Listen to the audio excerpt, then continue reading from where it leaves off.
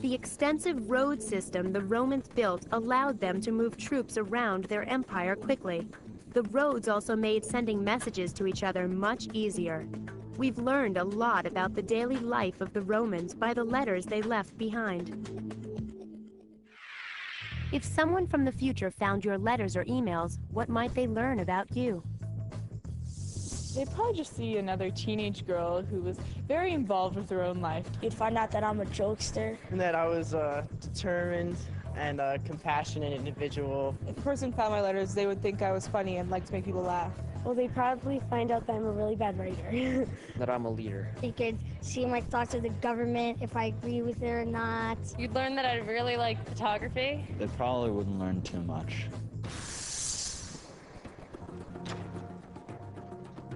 The army of the Roman Empire invades the British Isles. Those who resist face total destruction. The Romans had to go on slaughtering every living thing, including dogs, until the commander said stop.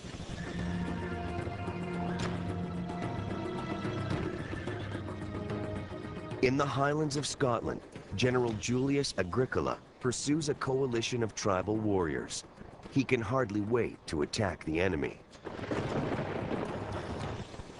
Often on the march, when mountains and rivers were wearing out your strength, did I hear our bravest men exclaim, "When shall we have the enemy before us?" Agricola gets his answer sooner than he thinks. It comes from the native peoples of the British Isles, known as the Britons. At a site called Mons Graupius, they confront an empire that seeks to enslave them.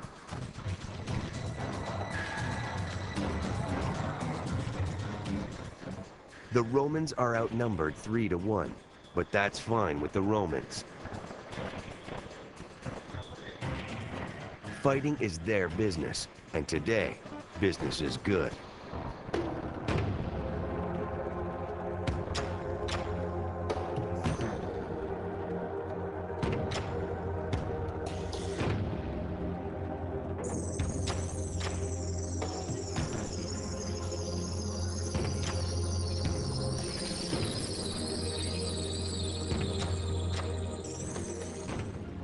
From Scotland to North Africa, Roman generals like Agricola shared a common military tactic: show no mercy to your enemies.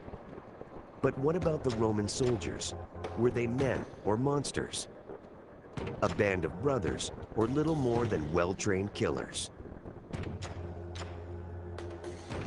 Archaeologists dig for the truth at a site called Vindolanda. Here in northern England, they probe a jumble of stone and bog for insights into Roman conquest. Over decades of occupation, the Romans built several garrisons here, one on top of the other.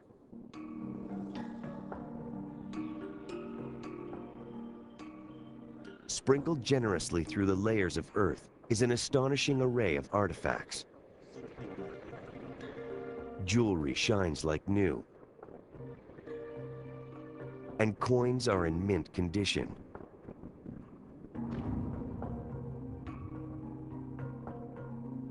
The word Vindolanda means shimmering lawn, a deceptive name for a desolate outpost at the edge of the known world. In the 1st century AD, the mighty Roman Empire stretches from the Middle East to the British Isles.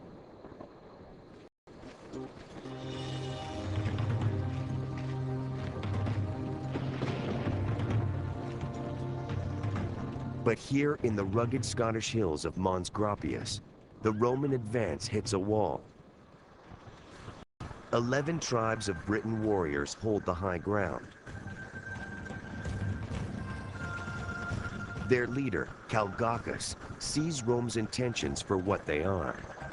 We, the last free men, have been shielded till today by the very remoteness for which we are famed. But today, the boundary of Britain is exposed. Beyond lies nothing but waves and rocks and the Romans. Where they make a desert, they call it peace.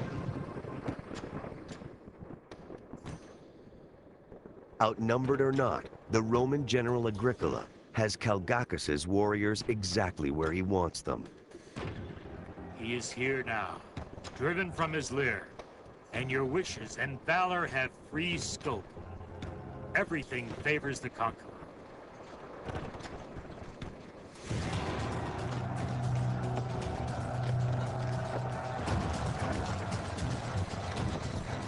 To save their skin, Roman soldiers rely on a strict sequence of precision tactics.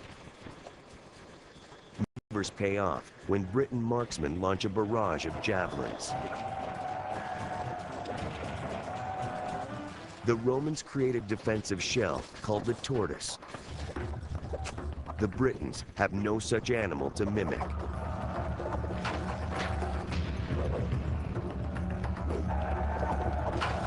They were up against a highly disciplined army, luring the enemy on. This was the Roman army's great success, winning battles out in the open.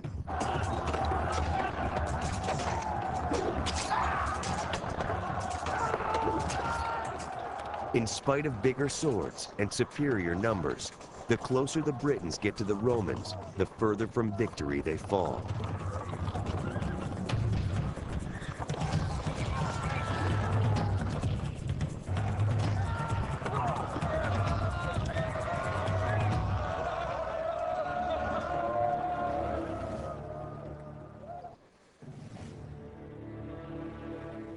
"10,000 tribesmen are slaughtered.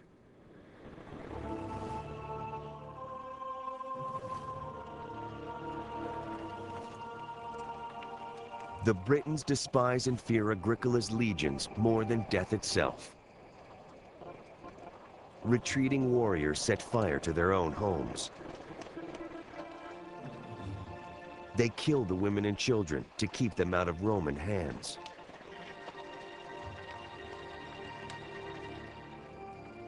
The Romans may be great fighters, but they are not immune to the ravages of war. While only 360 Romans are seriously injured in the fighting, many more are more dead than alive. Recruits are shipped to the front to replace the Roman casualties.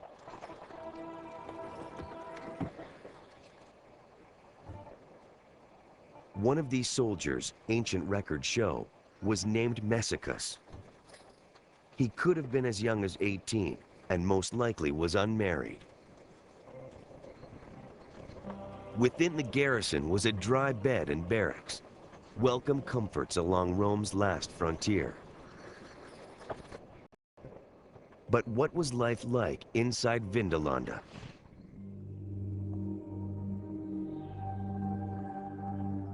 The handle from a flagon is a clue that alcohol was available, a substance that served a number of tasks. For Messicus, a big gulp of spirits helps deaden the hardships of the front lines. For others, it helps numb the pain of battle wounds.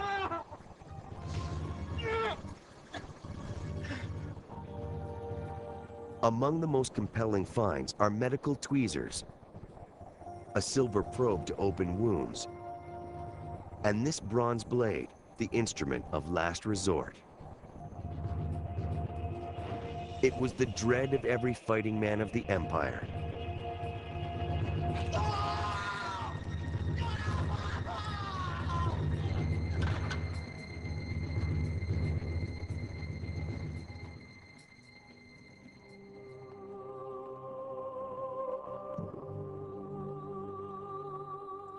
But soldiers' body parts and lives were acceptable losses to further Roman conquest. This cruel reality was not lost on the average soldier. Messicus and his brothers were replaceable parts of the Roman war machine.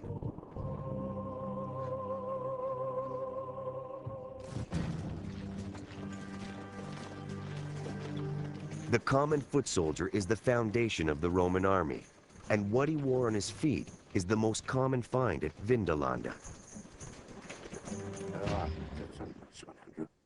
That's a nice one.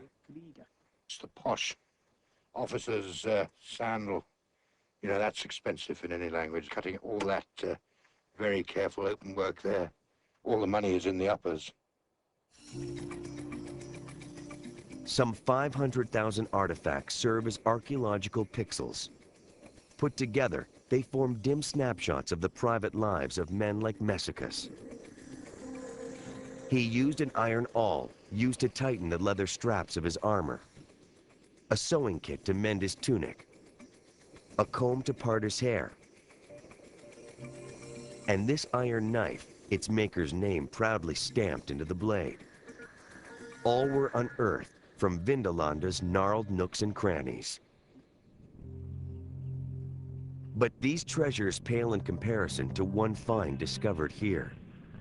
A find that literally spoke volumes on life at Vindalanda and changed our understanding of Roman history forever.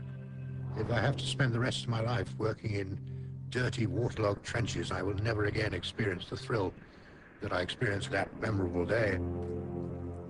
Freed from the clammy grip of the bog came messages from vanished men. Slimy bits of wood, very thin sheets of wood, rather slimy. I thought, well, that's odd for carpenters' shavings, and just quietly peeled them apart. I couldn't believe my eyes. Hidden beneath a cover of mud were written words lost to the world for 2,000 years. Ancient histories of the Roman invasion of Britain mention only a few generals and governors. Now written in their own hand came the names and origins of some 600 Romans at Vindalanda.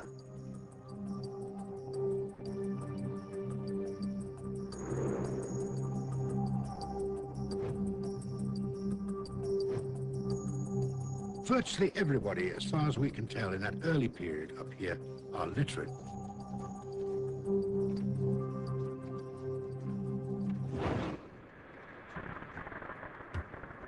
Even the soldier Messicus is heard from.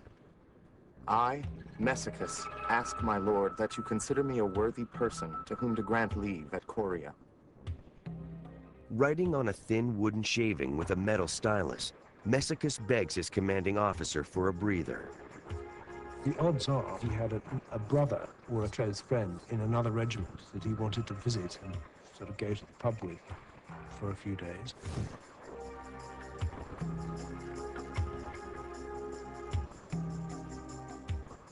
Today, the remains of the fort that Messicus longed to escape are excavated with help from volunteers. Andy, you better have a look at this. Here you go. Oh, now that is definitely an ink writing tablet that you've got there. See how thin it is? And it's got a slightly oily sheen to it. And just in the corner here, there's a little notch in the wood. And that's where they string the different leaves together. There aren't very many about. And that little thing there could rewrite history. But how did these fragile letters to and from the Roman front get here in the first place? Archaeological surveys reveal that the Romans were extraordinary road builders. 50,000 miles of paved thoroughfares linked the far edges of the empire to the officers and foot soldiers of Vindalanda. Here Messicus and his fellow soldiers appeal to faraway friends and family for what amount to care packages. One man begs for clothing, not for himself, but for his men. I greet you and ask that you send the things which I need for the use of my boys. 6 tunics, which you well know I cannot properly get hold of here.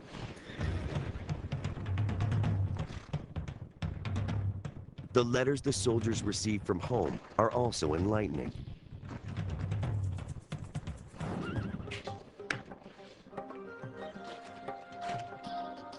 This letter reveals just what the soldiers wore underneath those tunics. Greet Tetricus and all your messmates, with whom I pray that you live in the greatest of good fortune. I have sent you socks from Satua, 2 pairs of sandals, and 2 pairs of underpants.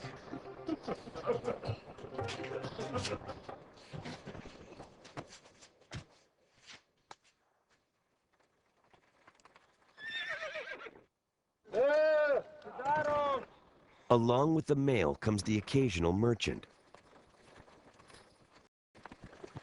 In most cases, these traders are Romans who have followed the army from continental Europe. Letters found at Vindolanda show that foot soldiers had major cash flow problems. They only get paid twice a year or 3 times a year at the most. And the sort of coins they're getting paid in are the sort of coins I've got in my hand right here. Beautiful little copper alloy coins. According to one letter, without cold cash, Messicus and his brothers are out of luck. Unless you send me some cash, at least 500 denarii, the result will be that I shall lose what I have laid out on deposit, and I shall be embarrassed. While Messicus struggles to make ends meet, his commanding officer, Flavius Cerealis, earns about 50 times more. We know an awful lot about him. We've got 80 or 90 of his letters now, and I can tell you the names of his wife, his children, his friends. One like a soap opera. Flavius is allowed to bring his family to the frontier. His wife, Lepidina, dresses fashionably. His children have a private tutor to school them in a classical Roman education.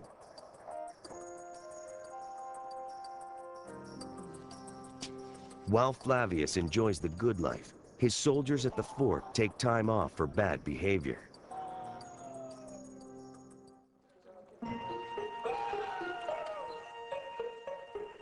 Discoveries at the fort open a new chapter on life at the Roman front. Every Roman fort worth its salt had a bathhouse. Now, bathhouses are 2 things. They're obviously for bathing, but it's also where you go in your off-duty hours to let off steam. The Roman soldiers are notorious for their gambling. We find traces of that in parts of gaming boards and, of course, dice. And it's one of those objects from the Roman period that you could pick up and use in exactly the same way today. One pair of ancient dice proves that some players made their own luck. It's very evident on a few that they have got little lead plugs and little lead fills, which means that they roll 5 or 6 practically every time. So there's obviously a bit of cheating going on.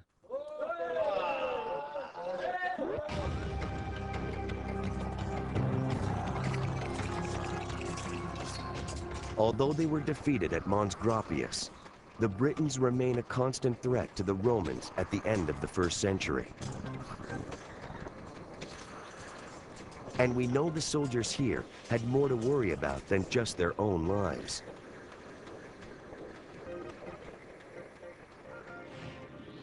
When archaeologists excavate a barracks, they discover that the men of Vindolanda had made yet another adaptation to the frontier. You would expect a squad of 8 men in each of these rooms.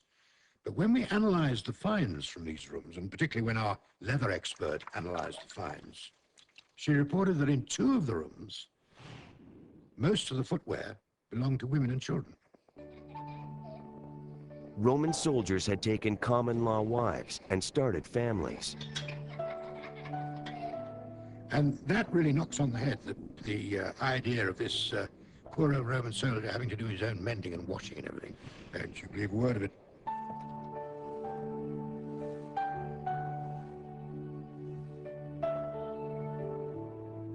Queen of them all was the commander's wife, Sulpicia Lepidina.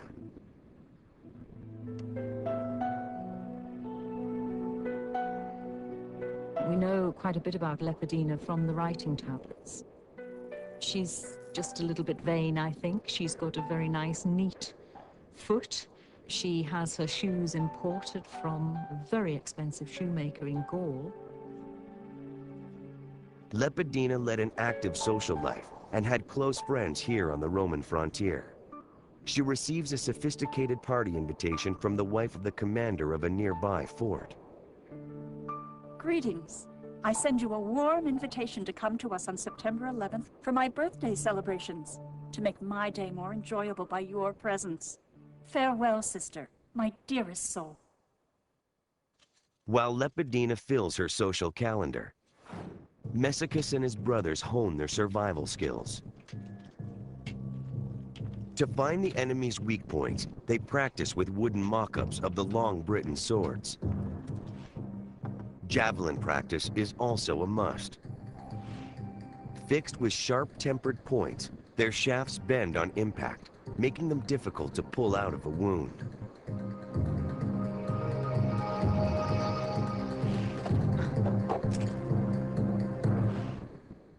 Javelins may have also played a role in early attempts at psychological warfare. One javelin found at Vindolanda has a mysterious hole in the point.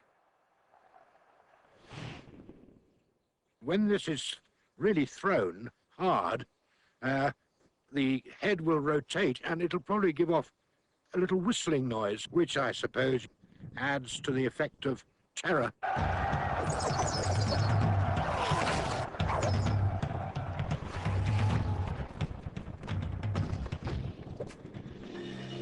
But in AD 117, the Britons finally get some good news. Ironically, it comes from the heart of Rome itself. Emperor Trajan, the architect of imperial domination, has died. Rome had seemed as hard and invincible as its canyons of marble and stone. Now, the death of Trajan runs like a crack through the foundation. All around the frontiers, or the people on the fringes, rose against Rome or rose in rebellion, and this included the Britons.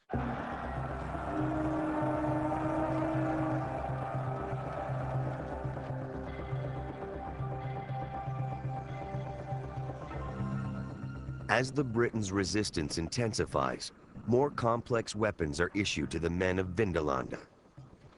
One of the most effective is the Ballista, a lethal weapon originally developed by the Greeks. Cocked like a giant crossbow, it fires iron-tipped bolts through the air at speeds of 150 feet per second.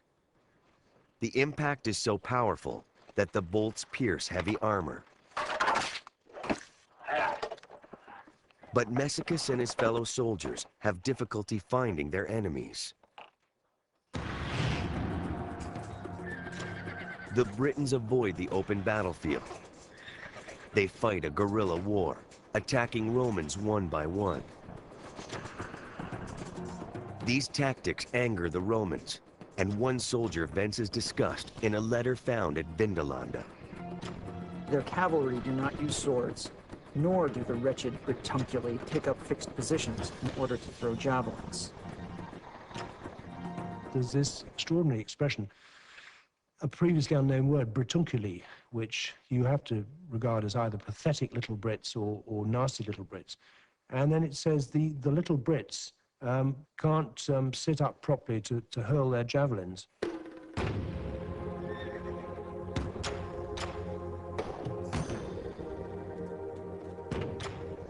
The Britons have found the fatal flaw in Roman strategy. Now Messicus and his brothers face a new enemy, themselves. Where they couldn't cope is exactly the same as where modern armies can't cope, and that is guerrilla warfare in mountainous, forested regions. The Britons have become invisible. To find them, Messicus and the others are forced to leave the open battlefield. In this new realm, the element of superior force comes in a poor second to the element of surprise.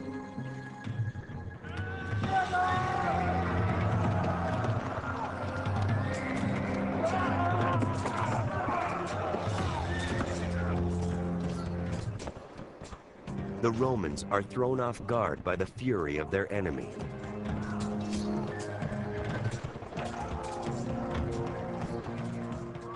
Death with honor is their only solace, a code defined by the Roman general Agricola. Better an honorable death than a life of shame and safety. And it would be no inglorious end to perish on the extreme confines of earth and nature.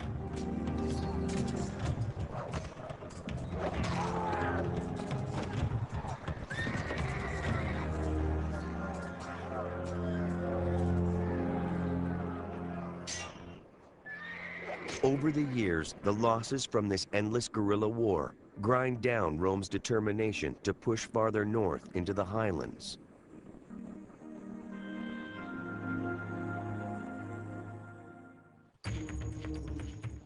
a new emperor wants to cut Rome's losses without losing face.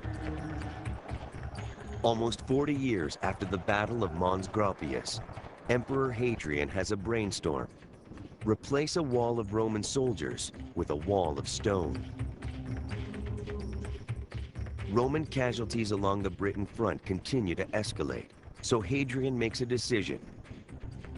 Instead of drinking and gambling during their time off, the soldiers from Vindolanda will be lifting construction blocks. Military units are ordered to construct a great wall, 9 feet thick and 15 feet tall. To make it all happen, the emperor himself designs and supervises the job on site. And Hadrian's message, I think, by building the wall to the people at home was, look, boys, there's going to be no more wars of expansion. That's it. Mainly built between 122 and 126, that work remains in place nearly 2,000 years later. Hadrian's Wall measures 73 miles long, and it stretches from the Irish Sea to the North Sea. Today it's a World Heritage Site and a destination for cross-country hikers and tourists. But for those who built it, the wall was a great scar of stone, a monument to the lowered expectations of Imperial Rome.